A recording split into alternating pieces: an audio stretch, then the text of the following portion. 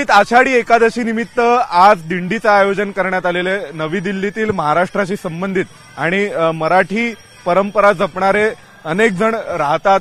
ते सगळेजण या दरवर्षी आषाढी एकादशीच्या दिवशी दिंडीमध्ये सहभागी होत असतात।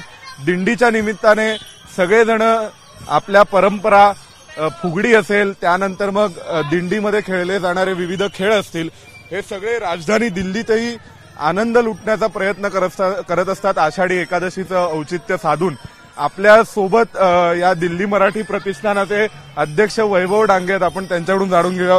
वैभवजी, आज तिसरं वर्ष कसं वाटतं हा उपक्रम आयोजित करताना? तुम्ही बघितलं असेल, सगळं वातावरण पांडुरंगमय झालेलं आहे। रामकृष्ण हरी, पांडुरंग हरी, ज्ञानोबा माऊली, तुकाराम।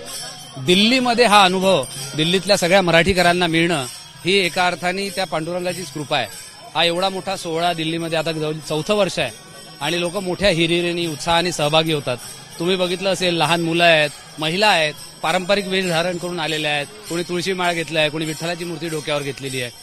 हा महाराष्ट्रातला इतका मोठा आध्यात्मिक वारसा आहे, इतकी मोठी ही आपली परंपरा आहे, सांस्कृतिक परंपरा आहे, ती जोपासणं हे प्रत्येकाचं काम आहे। आणि दिल्लीमध्ये त्याचं एक आणखी महत्व आहे। दिल्लीत ज्यावेळेस अशा प्रकारची परंपरा होते त्यावेळी देशभरातले लोक दिल्लीत हे बघतात, जागतिक स्तरावरचे लोक हे दिल्लीत बघतात।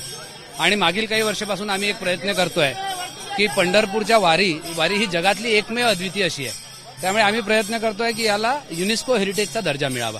आणि त्यासाठी युनेस्को हेरिटेजच्या दर्जासाठी म्हणजे अनेक दुर्गा पूजा असेल किंवा भारतातील अनेक सांस्कृतिक परंपरांना आतापर्यंत वर्ल्ड हेरिटेजचा दर्जा मिळालेला आहे। वारीसाठी काही प्रयत्न, काही पत्रव्यवहार, कोणासोबत तुमचं संभाषण झालेलं आहे का?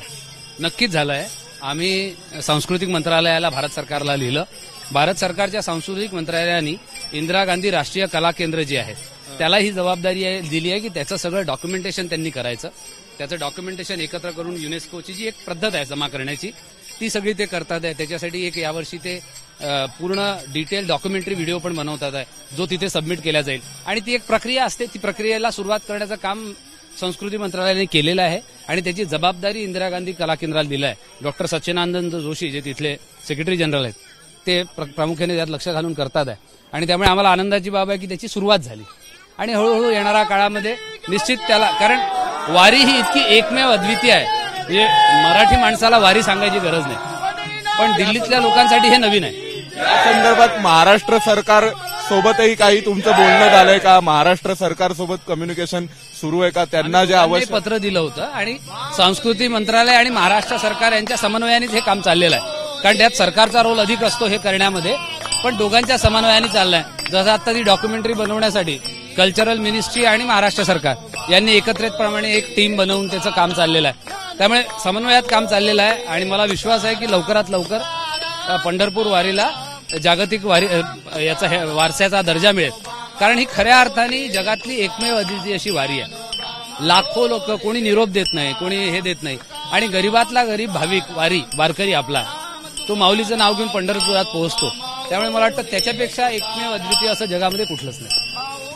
तर आपल्यासोबत होते दिल्ली मराठी प्रतिष्ठानाचे अध्यक्ष वैभव डांगे, जे या संपूर्ण वारीचं आयोजन करण्यात समन्वयाची भूमिका बजावत असतात।